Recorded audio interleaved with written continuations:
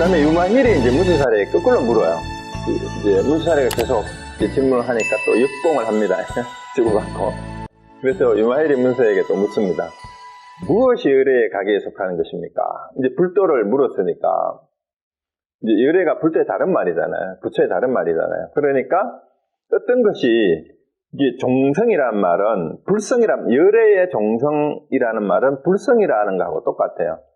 그러니까 불성을 가지고 있다라는 게 어떤 뜻이냐, 어떤 것이 이제 불성을 가진 거냐, 이렇게 묻는 거하고 똑같습니다. 불성을 가지고 있다라는 게 어떤 거냐. 그러니까 이제 문수가 이제 또 자기 견해를 얘기를 합니다. 자, 그래서 앞에서도 그 얘기를 했죠. 왜 문수하고 유마가 진검승부를 펼치느냐. 이제 제 생각에는 이 두 가지가 다 있어요. 첫 번째는, 문수사리는 직접 부처님을 모시고 수행하는 출가자예요. 그런데 이제 유마거사는 제가자잖아. 제가 신도인데, 이제 앞에서 처음 시작할 때 이제 부처님의 제자들이 이제 유마거사의 문병을 갔다 오라고 얘기하니까 전부 다 못 간다 했어요. 못 간다 하는 이유가 유마거사만 만나면은 전부 다 지적질을 하는 거야. 그게 진짜 수행이냐라고. 이러니까 이제 문수가 보기에는, 그래서 자기가 이제 출가자들 집단에 있잖아. 그래서 유마가 과연 부처님의 14 제자와 다른 보살들을 능가할 만큼 충분히 이제 모자람이 없이 가르침을 제대로 하고 있는지를 문수보살 입장에서는 이제 한번 점검해보고 싶은 거예요. 그 유마는 유마대로 이제 많은 이 동료들을, 도반들을 같이 이끌고 왔잖아요. 그러니까 문수한테서도 어떤 빈틈이 있는지, 성문의 우두머리일 수도 있으니까, 그래서 이제 서로 진검승부를 벌리면서도 한편은 제가 또 그랬죠? 부처님하고 문수하고 유마거사 3명이서 짜고 치는 고수도이다. 거기에 있는 다른 이제 성문과 다른 제자들을 깨우치기 위해서 최상승의 본문을, 대승의 본문을 얘기를 하기 위해서 이제 짜고 서로가 문답을 주고받는 거다. 그렇게 봐야 되겠죠, 그죠? 자, 그런데 이제 문수사리가 대답을 이렇게 합니다. 몸이 있는 것이 열애의 가계에 속하며 무명과 유애가 열애의 가계에 속하며. 자, 이러니까 이제 문수도 거꾸로 얘기하나, 우리 몸이 있어야 된다라는 얘기예요. 육신을 떠나서 따로 열애가 있는 게 아니다라는 얘기죠. 그 다음에 무명과 유애가 뭐예요? 그러니까 무명으로 가려져 있는, 무명 때문에 우리가 깨닫지 못한다는 얘기 했는데, 유애는 또 뭐예요? 애착이 있잖아요. 애착이 있어야, 그래야 열애의 가계에 속한다라고 여기도 이제 거꾸로 얘기를 하는 거예요. 열애의 가계에 속한다. 불성을 가진 자가 어떤 사람들이냐? 불성을 가지려면 뭐가 있어야 돼요? 몸이 있어야 되고, 그 다음에 애착하는 마음과 어리석은 무명이 있는데, 이게 중생의 특징이잖아요. 이 중생들이라야 불성이 있다 이 말이에요. 그래야 열애의 가계에 속하며 이 말이죠. 탐진치가 열애의 가계고, 지금 다 거꾸로 얘기해요. 버려야 될 것이 본래 사실은 부처의 속성이다라는 얘기예요. 부처가 될 수 있는 씨앗이라는 거죠. 정성이라는 말은 씨앗. 탐진치는 버려야 된다고 늘 탐욕하고 썩내고 어리석음이, 이게 열애의 씨앗이다 이렇게 얘기하는 거하고 똑같은 거예요. 그 다음에 사전도가 전도된 잘못된 거니까 이제 전도된 망상을 얘기하니까 사성제를 거꾸로 하는 거를 얘기를 하는 거예요. 그 다음에 오계도 이제 이것도 번뇌를 얘기하죠. 5가지. 그 다음에 육깁, 그 다음에 칠식, 팔사천은 8정도의 반대로 하는 게 팔사체예요. 그 다음에 그 칠식이라는 말은 이제 유식불교 할 때 했잖아요. 이제 육식에서 인식된 것을 자기 것 혹은 자기라고 생각하는 게 제7식인 말라식이잖아요. 그래서 그것을 가지고 그런 거. 그 다음에 8정도 하고 반대로 하는 거. 그 다음에 구내처도 9가지 번뇌를 얘기하는 거예요. 그 다음에 10불선도는 10선도가 아니라 이걸 나쁘게, 8가지 나쁜 짓이죠. 그리고 모든 62견이 이제 전부 다 삿된 견해예요. 이게 일체 번뇌가 전부 다 부처님의 가계에 속한다는, 이런 일체 번뇌, 망상과 나쁜 것들이 전부 다 뭐예요? 이것이 부처님의 씨앗이다. 이렇게 얘기를 하는 거예요. 자, 그리고 거기 구대처를 해설하는 게 302페이지에 보면 있어요. 302쪽에 그게 뭐 크게 중요한 건 아닌데, 그 둘째 줄에 302에 구결, 아홉 가지 번뇌예요. 아홉 가지 번뇌인데, 여기에 애진만 무명견치의 질간 해놨는데, 그 두 번째 진이, 진짜가 아니에요. 진이 아니고, 이거는 한자도 잘못됐고, 한글도 잘못됐습니다. 진이 아니고, 애입니다, 애. 애자인데, 거기 한자에, 그거는 상자예요. 상중할 때 죽었다라는데, 요 애자가, 거기, 진자를 지우세요. 두 번째, 애진 했을 때. 애예요, 애. 보이시죠? 그거는 고치시면 됩니다. 그 다음에 다시 본문으로 299쪽에 다시 갑니다. 299쪽에 가서 그 밑에 부분 중간에서 그래서 62가지 일체 모든 번뇌가 다 이게 부처의 씨다 이렇게 얘기를 하는 거고요. 그 다음에 문수사리가 또 물었습니다. 도대체 무슨 생각으로 이와 같이 말씀하시는 겁니까? 이제 문수사리가 이제 유마일이 만약 무의를 보아서 정의에 든 자는 다시 심을 바라지 못하나니, 여기서 마음이죠, 그죠? 여기에서 다시 심은 본심이에요, 본심. 마음을 바라지 못하니 이 말이에요. 그래서 무의를 봐서 정의에 든 자는 다시 발심을 하지 못한다 이 말입니다. 그 말이 그냥 그렇게 하는 게 우리말로도 이해가 더 쉬워요. 그러니까 만약 무의를 봐서 정의에 든 자는 능히 다시 발심하지 못한다 이 말이 뭔 말이냐 하면은, 이제 더 이상 무의법을 알아가지고 정의라는 말이 뭔 말이에요? 깨달음의 자리, 부처의 자리. 근데 여기서 말하는 거는 깨달았다고 하는 자리에 안주하면 이 말이니까 윤곽성을 겨냥한 것이라고 할 수 있어요. 스스로 깨달았다라고 하는. 그렇게 되면 다시 발심하기가 쉽지 않다. 그래서 발심을 하는 이유는 이제 안욕가나 삼목, 삼보리, 무상정등 정각을 얻어서 일체 중생과 부처가 다르지 않음을 알아서 대승의 길을 가야 되는데, 무의를 봐서 정의에 앉아서 더 이상 중생 구제나 중생에 대한 관심이 없는 거를, 발심이 안 된다는 얘기는 그 말입니다. 그래서 발심을 못한다, 그렇게 얘기를 하는 거고. 그 다음에, 비유컨대 마르고 높은 땅에 연꽃이 피지 않고 습하고 더러운 진흙수렁 속에서 피는 것 같다라는 말은, 연꽃이 불교의 꽃인데, 깨끗하고 물기도 없고, 반짝반짝, 다이아몬드나 보석에다가 연꽃을 심으면 연꽃이 자라겠느냐 이 말입니다. 그래서 연꽃은 진흙탕에서 자라는데, 이 진흙탕이 중생 세계를 얘기를 해요. 그리고 연꽃은 깨달음의 세계를 상징하는 거잖아요. 근데 연꽃을 피워내는 것은 깨끗한 곳이 아니고 진흙탕이다 이 말이에요. 그 진흙탕이 중생 속에서, 중생이 있어야 연꽃이 뿌리를 내리고 그 진흙탕의 온갖 성분을 연꽃을 피워내는 거름이 되잖아요. 그게 자양분이 되잖아요. 그러면 중생들의 오탈 악세가, 부처가 탄생할 수 있는 못해. 그래서 거기에서 오히려 연꽃이 진흙 속에서 진흙을 양분으로 아름다운 연꽃을 피워내듯이 부처가 탄생하는 것은 그런 중생들 한가운데서 중생이 있기 때문에 부처가 필요한 거죠, 사실은. 그래서 태어난다라는 그 얘기예요. 그래서 이와 같이 무의법을 보고 정의에 든 자는 마침내 다시 불법을 내지 못하니. 근데 이런 게 없으면 이제 마른 땅이나 깨끗하고 높은 땅에다가 연꽃을 심어서 연꽃을 기를 수 없는 거하고 똑같다 이 말이에요. 그래서 낮고 음습한 더러운 곳으로 들어갈 수 있어야 발심을 할 수 있다 이 얘기예요.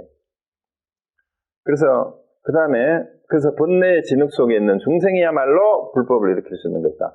그래서 이 말은 다른 게 뭐냐 하면은 오탁악세에서 괴로워하는, 아니면 그런 말, 불교용을 가지고 오지 말고 정말로 간절하게 현재 상황의 어려움에서 괴로움에서 벗어나고픈 간절한 환경에 처해 있는 사람이 그걸 극복하려는 마음도 낸다라는 얘기예요. 그런데 형편이 좋아가지고, 그래서 우리가 너무 부잣집에, 형편이 좋은 집에 태어나면은요, 발심을 잘 못해요. 왜냐하면은 별로 힘든 게 없거든. 괴로운 게 없거든. 그러니까 자기는 특별한 노력을 하지 않아도 먹고 살 게 충분히 보장이 돼 있어요. 그럼 노력을 안 하게 돼요, 대부분의 사람들이. 그래서 정말로 부족하고 모자라고 엄청 힘들어야 오히려 그것을 벗어나기 위해서 그 말이에요. 번뇌의 진흙 속에 있는 중생들이 그 상황을 벗어나려는 그 마음이 바로 부채시가 된다 이 말입니다.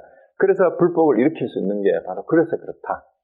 사실은 요즘은 세상이 좀 달라졌는데 옛날에 진짜 천재나 훌륭한 사람들이 이게 좀 가난하고 어려운 그런 환경에서 태어난 사람들이 그런 사람들이 많이 있었는데 그 얘기하고 좀 비슷한 얘기입니다. 그 다음에 또한 마치 허공 속에 씨앗을 심으면 끝내 나지 않는 것 같아서 더럽고 썩은 흙에서야 능히 무성하게 자란다. 이제 불법도 그렇다 이 말입니다. 그래서 이와 같이 무유의 정의에 든 자는 불법을 내지 못하거니와 악견을 일으켜서 이제 자기라는 견해죠. 수미상과 같이 할지라도 오히려 능히 안역자라 삼막삼보리를 바라여 불법을 낼 수 있을 것입니다. 그래서 이런 까닭에 마땅히 알아야 합니다. 일체 번뇌가 열애의 가게이니 비유컨대 큰 바다에 들어가지 않으면 능히 묵가의 보조를 얻을 수 없는 것과 같아서 번뇌의 큰 바다에 들어가지 않으면 곧 능히 일체 제의 보배를 얻을 수 없습니다. 이 부분은 302페이지에 그 해설에 잘 해놓고 있는데요. 그 앞부분에서 얘기했던 게 이제 초발심은 뭐냐 하면 씨를 뿌리는 게 초발심이에요. 연꽃을 이제 처음 심는 게 이게 초발심이고, 그 다음에 연꽃을 피어나게 하는 게 수행이라면은 마지막에 큰 바다에 들어가는 것이 그게 뭐예요? 큰 바다에 들어가는 게 이제 사실은 마지막에 수행의 완성이에요. 큰 바다에 들어가야 보배를 얻는다. 그 결과죠. 그렇게 해서 이제 씨를 뿌리고 수행을 해서 이제 결과를 얻는 그런 과정이 다 있어야만 제대로 된 수행이다. 그 얘기입니다. 302쪽의 밑에 부분에 그 얘기를 해놨죠. 첫째, 둘째, 셋째 해가지고 마르고 높은 땅에 연꽃이 피어나지 않고 진흙수렁에서 연꽃이 피어난다. 그게 이제 그 셋째, 둘째, 셋째에서 씨앗을 심는 게 초발심이고 연꽃이 수행이고 수행의 인이고 보배를 얻는 게 바닷속에서 그게 수행의 과다라고 이렇게 얘기를 했습니다. 자, 그 다음에 또 본문 303쪽의 본문을 봅니다.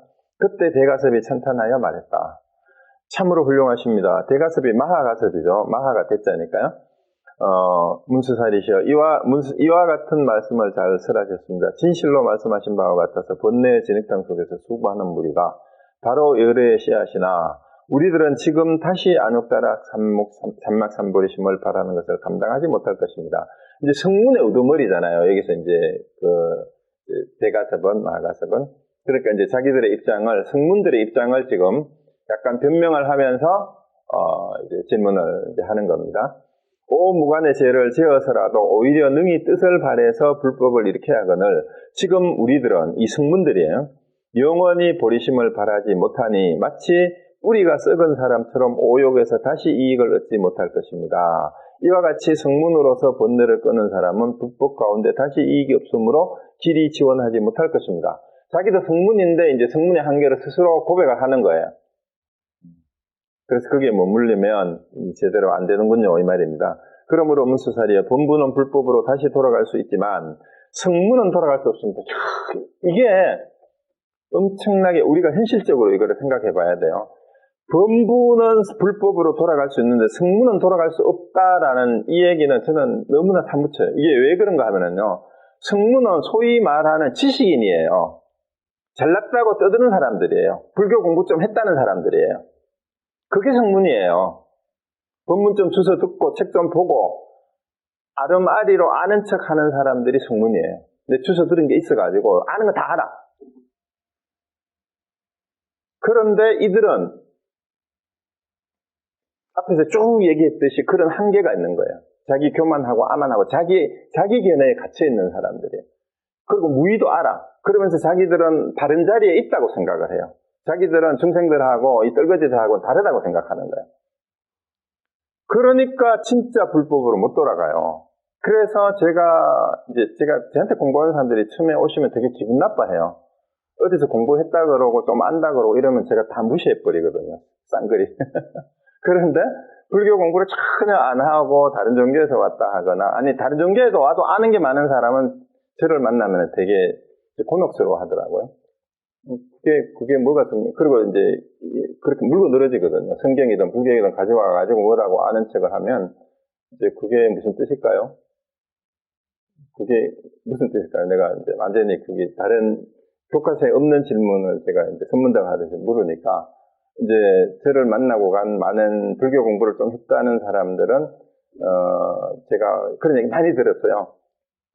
가니까 엄청 건방지고 잘난 척하고 교만이 하늘을 찌른다 하고 그랬는데 저도 이제 요즘은 좀 그걸 바꿨는데 태도를. 저는 유마가처럼 부처님의 10대 제자들이 온다 해도 잘못은 잘못이고 그렇게 해서는 올바른 수행이 아닙니다라고 지적을 해서 교화를 시킨다고 제 딴에는 한 가지를 다 써서 했는데 돌아오는 거는 교만하고 건방지다는 욕이 대부분이더라고요. 그래서 우리 이제 웃으시는 분들 계시는데 우리 LA의 사정을 다 아실 거예요. 근데 여기서 근데 오히려 공부를 안 하는 사람은 잘난 척을 안 해요. 모르기 때문에 진짜 모른다 그래요. 그리고 정말 자기가 힘든 거를 가지고 와서 상담을 하고 물어요. 근데 그런 사람한테는 진심으로 같이 손을 잡고 그 문제점에 대해서 같이, 그런 사람한테는 저 지적질 안 합니다. 아유, 그렇죠. 아이고, 힘들겠어요. 그리고 공부 별거 아니에요. 그런 거 몰라도 됩니다. 그냥 이런 식으로 이제 얘기를 하니까 이 사람들은 되게 좋아하는데 이제 좀 잘난 척 하는 사람들은 저를 만나면 다 도망가고. 근데 정작 또 어디에 얘기를 할 기회가 있어서 이제 공식적으로 토론을 하고 맞붙을 기회가 있으면 다 꼬리를 내리고 또 얘기를 안 하더라고.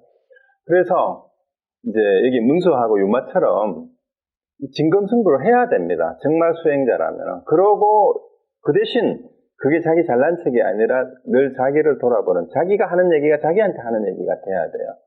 그랬을 때 남을 가르치려 하는 게 아니라 그 지적질이 곧 자기를 지적하는 게 돼야 된다는 얘기죠. 그래서 정말로, 근데 이거를 여러분들 명심해야 됩니다. 이 범부는 불법으로 다시 돌아갈 수 있는데 성문은 돌아갈 수 없다. 그래서 공부를 좀 했다는 사람들, 또 노골적으로 얘기하면 스님들이 공부 더 힘들어요. 스님들이 동대 다니거나 강원 다니거나 선방에 좀 다녔다고 하면서 그냥 몇십 년, 20, 30년 지나고 이제 사판성이 돼가지고 그게 올려 다니다가 보면 이 사람들은 다시 공부 못해요. 왜? 이제 자기도 할 거 다 했거든. 그리고 이미 스님 품계도 올라가가지고 이미 주지할 수 있고 큰 스님 대덕될 때까지 이제 형식적인 그게 다 올라간 거예요. 근데 사실은 깨달음은 없어요. 그런데 누구한테 가서 공부를 하려니까 이제 소위 말해서 이제 속된 말로 쪽팔려서 공부를 못 하는 거야. 어디 가서 배우려니까.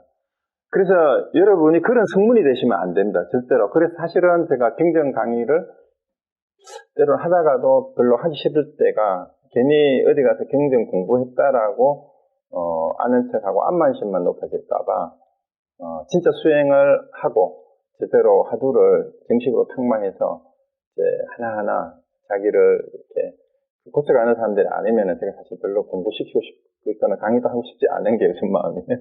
하도 그런 사람들 많이 봐서. 그렇지만 그 중에 한 명이라도 바로 알아듣고 바로 행하는 자가 있으면 그걸로 건지는 게 되고 또 그 사람들도 버릴 수는 없으니까 어쨌든 끝까지 한번 해봅니다. 자, 그래서 제가 너무 얘기가 길었죠?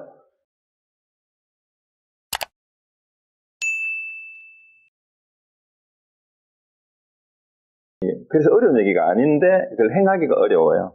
그래서 왜냐하면 범부는 불법을 듣고 능히 위 없는 도심을 일으켜서 삼보를 끊어지지 않게 하거든요. 범부들을 그렇게 한다라는 얘기예요. 진짜 삼보를 공경하는 마음이 진심으로 겸손해요. 그런데 성문은 정신토록 불법의 심력과 사무예 등을 들어도 길이 위 없는 도의를 바라지 못할 것을 의미하는, 성문은 정신토록 불법과 심력과 사무예 이런 거를 이제 사무예는 보시하는 이런 거죠. 이 말은 다르게 말하면은 평생 동안 불경을, 법문을 듣고 불경을 공부하고, 아무리 외우고 예불을 하고, 기도를 하고, 이제 기독교식으로 말하면 매일 기도를 하고, 믿습니다 하고, 통성 기도를 하고 했어도, 절대로 도의를 바라지 못한다. 그래서 사실 이 세상에 있는 대부분의 그 성직자들, 자칭 종교인들, 자칭 수행자들, 자기들이 하는 거기에 빠져 있으면서 정작 진심으로 도처에 숨어 있는 진짜 스승들을 찾아가서 자기를 내려놓고 배울 생각이 없는 사람들이 전부 이런 사람들이에요. 정신토록 그렇게 하지만 그 사람들은 도에 들지 못한다라는 얘기를, 왜 이렇게 유마경에 제자들이 이런 식으로까지 했을까? 이제 부파불교를 지나서 이제 대승불교 초기에 나온 거잖아요. 그렇지만 그때 당시에 인도 지금도 있잖아요. 지금도 부파불교의 여러 파가 남방불교의 여러 다양한 파들이 지금도 계승되고 있어요. 그래서 그때 당시에 이제 여러 부파불교의 파들이 소승의 수준을 넘지 못하고 있는 불교계의 현실을 보면서 이 유마경을 지은 제자들이 이런 식으로 다 까버린 거예요. 그런데 이 내용을 우리 한국 불교나 현재 세계 불교나 세계 종교계에 그대로 갖다 놔도 마찬가지예요. 승직자라고 하는 사람들, 진심으로, 이제 종교에, 뭐 부처님 됐든 예수님 됐든, 정말 진리라고 하는 그 가르침을, 내가 알고 깨닫고, 그것을 실천하려는 삶을 사는 종교인들이 과연 진정한 종교인이 얼마나 될까?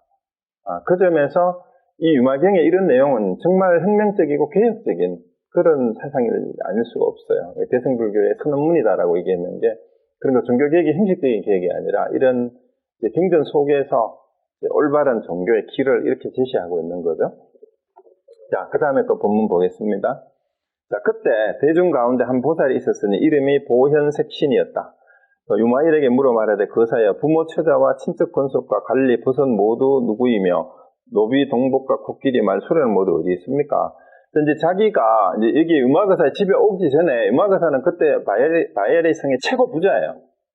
엄청나게 큰 집에 많은 권속과 이제 가족이 이제 뭐 부인도 몇 명을 거느리고 이제 종도 몇 명을 거느리고 그다음에 이제 이 코끼리하고 말수레 이런 것들이 엄청나게 많은 최고 부잣집의 주인인데 와서 보니까 빈방에 음악에서 혼자 누워있고 이 가족하고 권속하고 이게 말하고 수레 이런 게 아무것도 안 보이는 거예요. 코끼리도 인도의 부자들은 코끼리도 몇 마리씩 기르고 이러잖아요. 그래서 다 어디 갔냐 이 말입니다. 그러니까 유마일이 그 본문에 바로 봅니다. 305페이지 본문 이제 개성으로 말하기 전에 그 위에 보세요. 세설하는 것, 우리 본문 바로 위에 한 문단만 한번 보겠습니다. 정명이 여기에 이르러, 정명이 유마의사죠, 유마일이죠. 이르러서는 바로 자기의 가풍을 한번 펼치고자 하였으니 물음을 바라는 사람이 없어서 보현색신보살이 가려운 것을 긁어주자. 그러니까 이제 이 얘기를 안 그래도 하려고 하는데 이제 보현색신보살이 질문을 한 거예요. 네, 내가 그렇게 부잣집에 권속을 많이 이제 가족하고 종들하고 온갖 그 가재 도구도 많이 있고 이런데 왜 빈방에 나 혼자만 있느냐 이걸 설명하려고 하는데 이걸 딱 질문해 준 거예요. 그러니까 이제 도리어 자기의 가사 물건과 부모 처자를 들어 생각을 다하여 매농하니 이제 농담한다 이 말입니다. 그 대요를 알라 모두 일찍이 이방을 떠난 일이 없거늘 다만 눈멀고 기먹은 이들이 스스로 보고 듣지 못할 뿐이다. 이방을 떠났다는 말이 뭔 말이에요? 유마거사가 있는 방에 자기 처자 근속하고 이 다 있대요. 근데 눈이 멀어가지고 이 처자 근속을 못 봤다는 거예요. 자, 그래서 이제 자기 가족을 안내를 합니다. 가족하고 코끼리하고 말이 어디에 있는지 얘기를 합니다. 자, 그래서 근데 여기에 할 때 굉장히 중요한 부분인데 우리 번역하시는 분이 한문 번역이 너무 좀 이상하게 됐어요. 이제 한두 줄이 아니고 전체가 다 그래요, 이 부분이.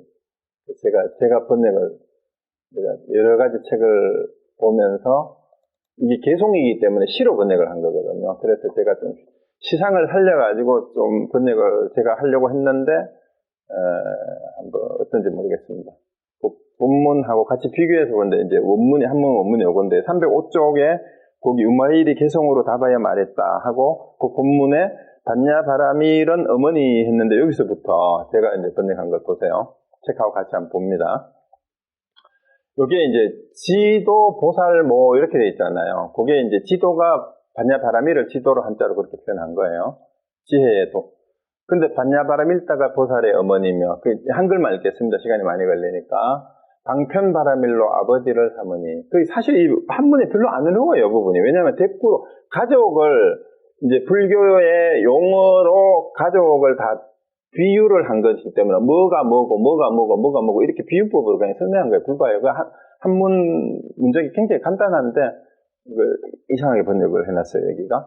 그래서 반야바라밀다가 보살의 어머님의 방편바라밀로 아버지를 삼으니 일체 모든 스승들도 이것에 의지하지 않고는 나지를 않네. 여기까지는 별 큰 문제는 없어요. 책도 법의 기쁨으로 아내를 삼고 자비심을 딸 삼고 선심, 착한 마음과 성실을 아들로 삼아 이 말이죠. 그 다음에 여기 책이 문제가 있는 게 바로 요 부분이에요. 필경 공함이 집 제자는 온갖 번뇌이니 요 부분이 책이 완전히 번역이 잘못됐어요. 책을 한번 보시면 어떻게 되나 필경 공적한 집에서 제자들과 무진노의 중생들을 뜻에 따라 부리네 이렇게 했는데 이거는 문장이 좀 말이 안 돼요. 한번 하고 붙여보면은 이게 뭔 말이냐 하면은 가족이 어디 있느냐를 물었잖아. 어머니는 반야바라밀이고 이제 아버지는 방편이고 아들은 뭐 이렇게 나왔잖아요. 스승은 이제 일체 모든 스승들도 여기에 어머니 아버지가 여기 나왔잖아요. 반야바라밀하고 방편을 이제 의지했고 그 다음에 아내가 법피가 이름도 그러니까 참 묘하게 번역도 잘했어요. 아내의 이름이 법피래. 법피가 법의 기쁨이죠. 그 다음에 딸은 자비심이고 아들은 성실이고 그리고 집은 그러니까 우리 가족이 사는 집은 공이 나의 집이라는 거죠. 그 온 우주가 원래 다 텅 비어 있으니까 온 우주가 내 집이다 이 말하고 똑같은 거예요. 그리고 제자들도 많은데 제자가 누가 제자냐? 번뇌가 제자래요. 온갖 번뇌가 제자래요. 그렇게 얘기한 거예요. 제자들과 무진노가 아니고 진노는 제자예요. 제가 번뇌예요, 번뇌. 진노는 번뇌의 다른 말입니다. 그러니까 제자는 바로 번뇌가 나의 제자고 온갖 생각들이 내 제자다 이 말이에요. 왜 이거를 제자로 비유했을까요? 온갖 번뇌 망상을 도리로 만들어주는 게 스승이잖아요. 그러니까 온갖 번뇌 망상을 일으키는 그것이 내가 가르쳐야 될 제자인 거예요. 번뇌 망상. 그런 식으로 비유를 한 겁니다. 그래서 이제 이 제자들을 뜻에 따라서 지소전이니까 뜻에 따라 이렇게 운전한다라는 뜻이니까 잘 이렇게 데리고 가고 이런 뜻이에요. 운전 다룬다라고 제가 번역을 했어요. 그 다음에 이제 도품 선지식이 37조도품이 선지식이 또 이제 도반들 같이 하도 체자 건속이 많으니까 나 혼자 다 못 가르치니까 그걸 가르치는 선생들이 또 있어야 되잖아요. 집안에. 그래서 37조도품이 선지식이고 그 다음에 이로 인해 바른 깨달음을 이루네. 그 다음에 이어지는 부분입니다. 그 다음에 여러 바람일다가 모두 도반이며 사서법은 기녀일세. 참 이게 너무 웃겨요. 여러 바람일다가 친구들 도반인데 사서법이 내가 데리고 노는 기생들이라는 거예요. 그러니까 사서법은 다 아시잖아요. 그죠? 자비시사. 그 다음에 여러 노래가 법문이고, 그러니까 기녀들을 끼고 띵까당땅 악기도 치고 노래를 부르는데 그게 법문이래요. 근데, 그 다음에 이들을, 법문을 이제 노래로 삼고 다라니의 정원이란 말은 다라니를 정원으로 삼고 이 말이에요. 이제 총지가. 다라니가 나의 정원이고 무릎법이 정원에 있는 숲이고 그 다음에 칠각지가 그 숲속에 피어나는 아름다운 꽃이고 이 말이에요. 정묘하라는 얘기는 깨끗하고 묘한 꽃이고 그 다음에 해탈의 지혜가 그 정원에서 그 숲에서 꽃이 피면은 또 열매가 있을 거 아니에요. 그 열매다 이 말이에요. 해탈 지혜가 곧 과보다라는 얘기죠. 그 다음에 팔해탈의 연못이 곧 그 정원 안에 있는 8헥탈이 연못 삼아 이 말이죠. 8헥탈이 곧 연못이고 8헥탈의 연못에 그 다음에 선정의 물이 가득 차니 7가지 맑은 꽃을 띄워 거기에서 모욕하니 무구인이다. 무구라는 말은 이제 때가 없다라는 말은 구자도 번뇌에 비우잖아요. 때 없는 사람이라. 그러니까 그런 8헥탈의 연못에 선정의 물을 가득 채워가지고 맑은 칠정하라 그래. 칠정할 꽃을 띄워서 거기에다가 목을 가하니 번뇌의 때가 싹 없어진 사람이다. 이런 얘기입니다. 그런데 그 부분도 이제 책이 크게 잘못된 건 아닌데 하여튼 책하고 비교 한번 해보세요.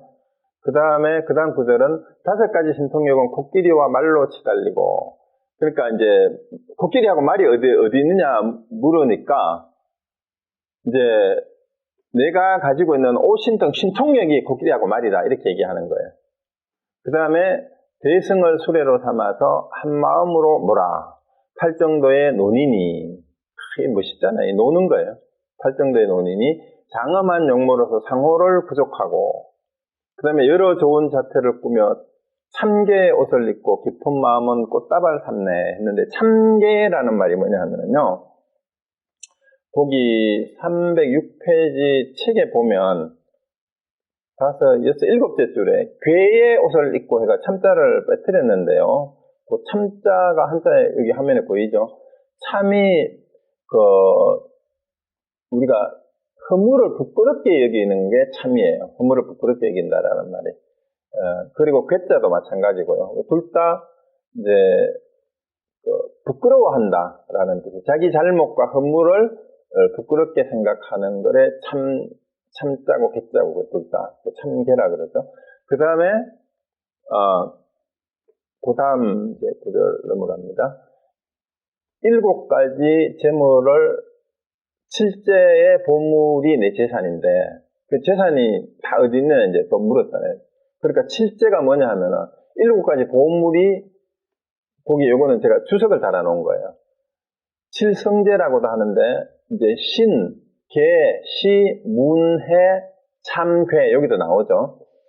요게 7가지 보물이에요. 그러니까 바른 믿음, 그 다음에 계를 지키는 거, 그 다음에 보시, 그 다음에 제대로 잘 듣는 거, 그 다음에 지혜, 그 다음에 부끄러워하는 게, 스스로를 부끄러워하고 타인에게 부끄러움을 느끼는 거, 요게 참계라고 이렇게 됐죠. 요 7가지가 나의 재물이다, 보배다, 이렇게 얘기하는 거예요.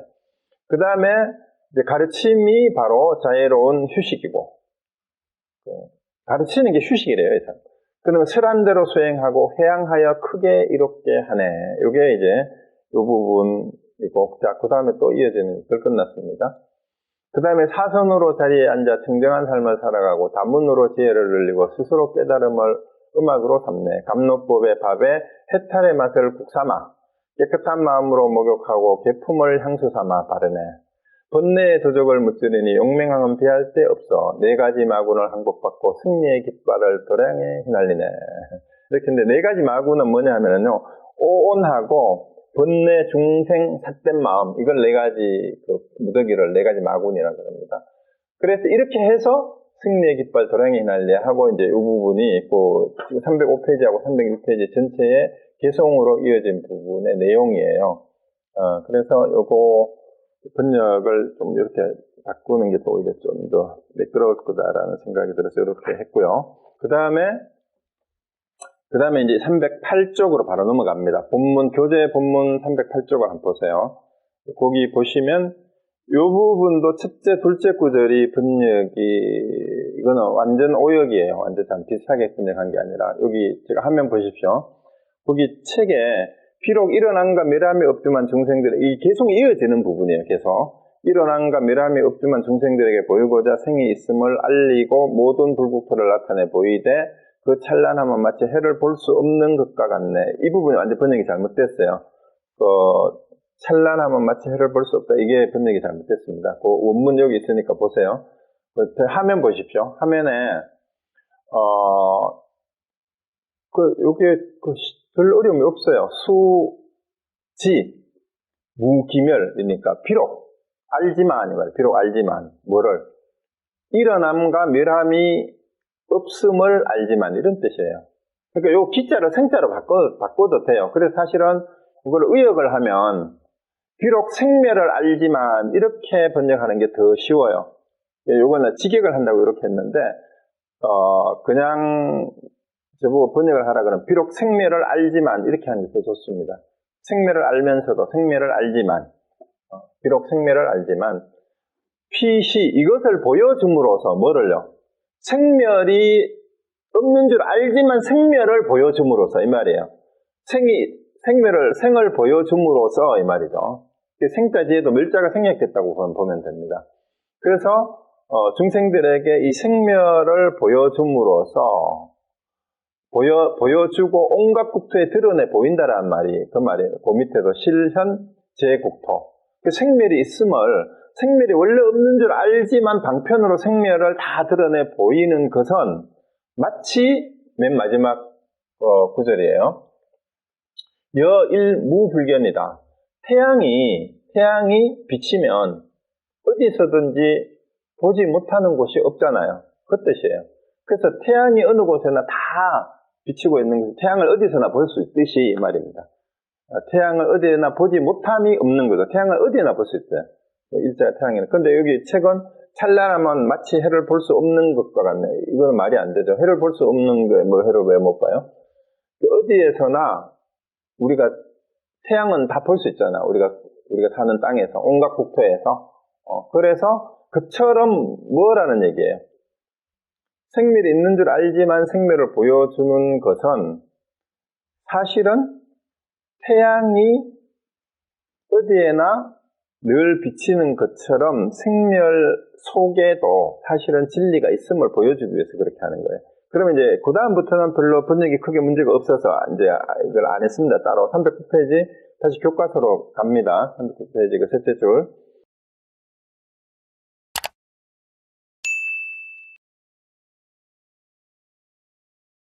시방의 무량억 열애를 공양하되 재불과 자기를 분별하는 생각이 없으며 비록 재불의 국토와 중생이 비었음을 알지만 항상 정토의 행을 닦아서 군생을 교화하며 모든 중생의 무리에게 있는 형성과 위의를 두려워하지 않는 보살을 일시에 능히 모두 나타내네. 혹 노병사를 보이지만 모든 군생에게 한화와 같음을 요달하는 깨달음을 성취케 하여 걸림이 없는 지혜를 통달케 하면 혹 급이 불타서 다할 때 천지가 모두 통련함을 보여서 중생들이 갖고 있는 영원한 것에 대한 집착을 무상으로 비추하게 하고, 자, 이 부분도 특별히 뭐 설명할 필요도 없이 다 계속 나오는 그런 거예요. 그러니까 생로병사를 다 보이지만 사실은 이게 다 그 한화와 같은 거다라는 그 얘기고, 그리고 이제 천지가 사실은 뭐 이제 중생들은 끊임없이 어떤 대상이나 영원한 것에 대한 집착을, 불도에 대한 집착, 아니면 영원한 것에 대한 집착은 이제, 일종의 아상이죠. 아트만 아니에요. 그러니까 영원한 실체가 있다라는 그런 것에 대한 집착을 무상으로서 이제 비추어서 깨뜨려 두는 걸 알게 하고, 이 말입니다. 무수한 억의 중생들을, 그 중생들의 모든 보살들이 오기를 청하면 일시에 그 집에 이르러서. 그러니까, 중생들을 보고 싶어 하면 일시에 그 집에 이른다는 말은 뭔 말이에요? 보살이 언제 미래세에 올 보살이 따로 있는 게 아니에요. 앞서 계속 얘기했죠. 보살이 누가 보살이에요? 우리가 맨날 부딪히는 모든 사람이 다 보살이라는 얘기죠. 그렇게 일시에 보여주는 건 그렇게 보여줄 수 있다는 얘기죠. 그걸 알려주기만 하면 되니까. 그 지난번에도 심지어는 자장교사가 문수보살을 칭견하기 위해서 기도를 했는데 나타나도 못 봤다라는 얘기는 거지 모습을 하고 왔다라는 얘기는 우리가 상상할 수 없는 모든 모습에 우리가 보는 사람들이 다 보살이니까 보살을 만나기 위해서 미래세에 다시 태어나고 뭐 몇백 년을 몇천 년을 몇 급을 기다려서 오는 게 아니다 이 말이에요. 내가 보는 사람이 다 보살이에요. 여러분이 보고 싶은 보살입니다. 여러분이 뭐 가족 중에 부부도 꼴 보기 싫으면은 한번 쳐다보세요. 여러분을 교화시키기 온 보살입니다. 자, 그 다음에 교화하여 불도를 향하게 하며 경서와 주금술 공교한 여러 기회들을 모두 다 이 일에 나타내어 모든 군생을 이롭게 하네. 세간에 여러 도법이 있으니 모두 그 도법에 출구하여 사람들이 의고 풀고. 그러니까 어디를 가든지 다른 종교에 가도 괜찮다 이 말이야. 기독교를 가든 이슬람을 가든 어디를 가든지 간에 다 방편이에요. 그 속에도 진리가 있어요. 다른 종교에도. 그래서 사견에 떨어지지 않게 하고, 그러니까 거기 가가지고 사견에 떨어지지 않게 한다라는 얘기예요. 그 지난번에도 한 말씀 드렸지만 우리 달라이라마께서 이제 서양의 많은 청년들이 감화를 받아서 불교 크리스찬들이 와가지고 개종을 하려고 하면은 굳이 개종할 필요가 없다. 교회로 돌아가라. 그래서 불교에도 예수님 말씀 못지않은 훌륭한 말씀이 있다라는 것을 그 편견을 가지고 있는 교회 사람들을 우리 가서 깨우쳐라. 그게 사견에 떨어지지 않게 하는 게 그런 거예요. 그렇게 해서 보내야 돼요. 그 다음에 혹 일월천가 범왕 세계주가 되기도 하며 혹은 땅과 물이 되며 혹은 바람과 불이 되어 질병이 많은 급에는 문약소가 되어 나타나고 이를 복용하는 사람은 병을 얻게 하고 모든 닭이 사라지게 하며 중생들이 굶주리는 급에는 몸을 나타내 음식이 되어 먼저 그들의 기가를 구하여 없앤 뒤 사람들에게 불법을 설하며 뭐 너무 많은데 이게 내용이 해설할 필요도 없이 읽어보면 다 되는 내용이에요.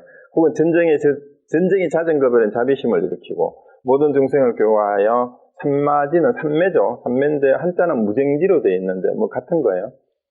선정에 들게 하고 만약 큰 전쟁이 있으면 그 한가운데서 보살의 위세를 나타내어 항복받고 평화로서 화합하게 하네. 화안인데 한자로는 그러니까 화합하고 편안하게 하네. 그렇게 들면서 하는 게 좋아요. 모든 국토 가운데 지옥과 같은 곳이 있으면 오라지 그곳에 가서 그 고뇌를 없애서 교화하고 그러니까 못 갈 곳이 없다라는 얘기예요. 그 모든 국토 가운데 축생처럼 서로 잡아먹는 곳이 있으면 그곳에 나서 이익되게 하고 오욕을 누리는 것을 보이지만 다시 선을 행하는 것을 보이고 그러니까 이게 갈피를 못 잡는 거예요. 오욕에 끄달려가지고 사는 것 같은데 또 선정에 들어있는 모습을 보이고 마심을 어지릴까 하여 그 편리를 얻기면 그러니까 마구니의 마음을 어지럽혀 해가지고 마구니가 제대로 활동을 못하게 한다라는 거죠. 불 속에 핀 연꽃을 희유하다고 이러는 것처럼 오욕 가운데 선을 행하는 희유함도 또한 이어가 이거 이제 보충 설명을 하는 거예요. 오욕 가운데 성을 행한다라는 진짜 대경지가 아니고는 이렇게 하기가 쉽지 않죠. 혹은 음녀의 모습을 나타내어 모든 호색차를 끌어들여서 먼저 애욕을 갈구리로 묶어두고 뒤에 불지에 들게 하네. 이것도 너무 웃기죠. 이제 음녀의 모습을 나타낸다는 말은 그 초기 경전에도 그런 게 있어요. 저 하엄경에도 그 얘기가 나오죠. 하엄경에도 53 선지식 중에 거기에 매매춘하는 그 창녀가 있어요. 그래서 근데 너무 예뻐가지고 남자들이 보기만 하면은 더 혹해가지고 정신을 못 차린대요. 근데 선제동자가 그 여자를 찾아가잖아요. 찾아가는데 그런데 어떻게 하냐면은 그렇게 아름답고 매력을 발산해서 그 남자들이 그냥 손절을 해서 그 여자를 어떻게든 한번 안아보려고 막 길을 쓰고 전재산을 탕진하고라도 그 여자를 만나려고 하는데 그런데 이제 그 여자의 방에 들어가가지고 안아보려고 하는 순간 그 여자가 완전 흉측한 마녀로 바뀐다 하죠. 막 얼굴하고 온몸이 막 썩어 문드러져가 막 고름이 막 구더기가 막 지그지그 끓고 막 이런 여자로 갑자기 바뀐대. 그 한경에도 그런 얘기가 나오죠. 근데 이게 이제 호색자들을 그런 음탕한 모습으로 끌어들이지만 어떻게 해요? 먼저 애욕의 갈구리를 묶어둔다라는 얘기는 그 애욕의 실체가 뭔지 그게 갇혀 있잖아요, 중생들이. 그러니까 다른 욕망도 마찬가지예요. 오욕의 재물욕, 능여욕, 그 다음에 이제 식욕, 수면욕, 성욕이 다 마찬가지잖아요. 그 안에 그것이 또한 부처가 되는 성품의 씨앗과 다르지 않다. 그래서 그 오욕의 성품을 성욕이 됐든 식욕이 됐든 명욕이 됐든 재물욕이 됐든 그 욕심이죠. 욕심. 그 욕심도 마음이에요. 그 마음이 부처의 마음과 다르지 않다라는 것을 뭐예요? 일러줌으로써 부처의 지혜에 들게 한다라는 그 말이에요. 그걸 버리고 따로 있는 게 아니다 이 말이죠. 그리고 혹 읍중의 왕이 되고 이제 정치인이 되기도 한다 이 말이죠. 혹은 상인의 우두머리도 되고 또 국사도 되고 대신도 되고 그러니까 세상에서 방편에 따라 상황에 따라서 무슨 직업은 어떤 직업을 가지든지 관계없다 이 말이에요. 그러니까 이제 어쩌면은 그 시부도에 가감하상이 시부도를 노래한 그 시부도 송 중에 이제 입전수수에서 술집에서 교화하고 어물전에서 부처되게 한다라는 그 구절이 나오잖아요. 온갖 농짓거리를 하면서 이제 옷에는 얼굴에는 금덩이를 묻혀가지고 이제 주정뱅이처럼 장골뱅이처럼 그렇게 하면서 그러니까 어떤 직업은 겉모습을 가지든 그 안에 흐르는 거는 전부 다 그 차별심, 간택하는 마음 없이 부처행을 다 하고 있단 말입니다. 그리고 또 그것이 부처와 다르지 않음을 계속 실천한다라는 거죠. 그 다음에 중생을 도와 이롭게 하고 모든 빈궁한 사람들에게 무진장을 나타내 권하여 이끌어서 보리심을 바라게 하네. 아심이 교만한 자는 대역사가 되나. 교만한 사람들은 대역사라는 말이 뭔 말이에요? 정말로 힘이 좋은 장수잖아요. 금방진 놈들은 다 그냥 대갈통 다 부숴버리고 이 말입니다. 그러니까 선사들이 이제 와가지고 잘난 척하고 뭐라고 하면은 주장자로 그냥 머리통을 30발씩 때리고 하는 게 그런 것 때문에 교만함을 없애기 위해서 그렇게 하는 거죠. 그래서 대역사가 되어 나타나고 모든 공고함을 없애고 조복하여 그로 하여금 무상도에 좋아하게 하네. 두려움에 떠는 중생이 있으면 그 앞에 놨대. 그런데 거꾸로 교만한 자는 이제 대역사가 돼가지고 호통을 치고 몽둥이 때리지만 두려움에 떠는 중생은 다 또 위로해주고 아기 보듯이 달래준다 이 말입니다. 그리고 먼저 두려움을 없애주는 보시를 한 뒤, 왜냐하면 어려움에 처해 있으니까 이제 어려운 사람에게 자기가 줄 수 있는 이제 그 콩 한 쪽이라도 나누어서 먹고, 그 다음에 이제 두려움에 떠니까 여기서 해주는 보시는 뭐예요? 무외시라 그러죠. 무외시, 두려움을 없애주는 보시, 무시라고도, 무외라고도 하죠. 무외시. 그러니까 보시 가운데 제시가 있고, 재물시, 그 다음에 법보시라고 해서 법시가 있고, 그 다음에 두려움을 없애주는 무외시가 있잖아요. 이게 이제 그런 보시를 한 뒤 도심을 바라게. 그러니까 아직 두렵고 불안하고 공부를 할 마음을 낼 수 없는 수준의 사람들은 일단 위로해줘야 돼요. 안심을 시켜야 돼요. 겁내지 말아라. 편안하게 얘기 쉬어라. 그런 다음에 마음의 안정이 되고 나거든 공부를 하도록 이끌어야 된다 이 말이죠. 먼저 이제 무외시를 한 다음에 그 다음에 도심을 바라게 하네. 혹 음욕을 떠난 오통의 선인으로 나타나 모든 군성을 이끌어 그로 하여금 계율의 인욕과 자비에 좋아하게 하네. 시중 드는 사람이 필요한 사람을 보면 동복의 모습, 시중도 들어주고 동복처럼 이미 그 뜻을 기쁘게 한 뒤 도심을 바라요. 그래서 아픈 사람이 있을 때는 이제 또 시중을 드려야 될 사람이 있을 때는 그걸 해주고 난 다음에 그게 맞춰줘야 된다는 거예요. 근기에 따라서, 상황에 따라서. 그 다음에 그들이 필요한 바를 따라서 여기 밑으로 쳐놔야 돼요. 우리가 내가 원하는 거를 남한테 얘기하지 말고, 말도 마찬가지예요. 그 사람들이 필요한 얘기를 해줘야 된다는 거. 얘기를 할 때도, 또 무슨 행동을 할 때도, 관계를 맺을 때도, 내가 필요해서 하는 것이 아니라 그들이 필요한 바를 따라서 불도에 들게 하고, 훌륭한 방편력으로 모두 능히 받는 바를 흡족하게 하네. 이와 같은 무량한 도에서 행하는 바가 끊임이 없으며 가 없는 지혜로서 무수한 중생을 해탈케 하나니, 가령 일체의 부처님이 무수한 업급의 그 공덕을 찬탄하더라도 오히려 능히 다할 수 없으니 누가 이와 같은 법을 듣고 보리심을 바라지 않겠는가. 그들 불초한 사람들과 눈이 어두워 지혜가 없는 사람들은 제하겠지만, 불도 뭐 이렇게 끝이 납니다. 자, 그렇게 이런 얘기를 듣고 누가 보리심을 바라지 않겠느냐 이 말입니다. 그래서 이걸 개성으로 계속 얘기를 한 거예요. 그러니까 이제 유마거사가 이제 문수가 질문하는 거를 답변을 하고, 그 다음에 또 자기가 질문해서 문수가 답을 하게 하고 난 다음에 그 다음에 보현색신보살이 이제 치자건수가하고 집안의 살림살이나 가재도구나 보화들은 다 어디 있고 혼자 이렇게 계십니까? 하니까 나의 가족과 나의 재산은 바로 전부 다, 한마디로 얘기하면 이게 뭐예요? 전부 다 불법이죠, 불법. 불법이 나의 가족이고 건석이고 제자고 친구고 나의 재물이다, 나의 보배다. 그래서 이런 것들이 바로 모두가 다 부처의 길이라는 거예요. 불도가 다른 게 아니에요. 그러니까 한마디로 얘기하면 이 세상에 우리 인간이 할 수 있는, 상상할 수 있는, 생각할 수 있는 일체 모든 인간이 살면서 부딪힐 수 있는 모든 일이 다 불도라는 거예요. 그리고 그걸 할 줄 알아야 되고 회피하지 말아야 말이에요. 정면 승부를 늘 하라는 얘기예요. 그 뚫고 들어가라는 얘기예요. 살생이 됐든 도둑질이 됐든 음탕한 짓이 됐든 주색잡기를 하는 술을 마시는 게 됐든 그 안에서도 불법이 있음을 진흙 속에서 연꽃이 피어난 것처럼 그걸 한순간도 잊어버리지 않는 사람이라야 진정한 수행자고 진정한 공부인이다.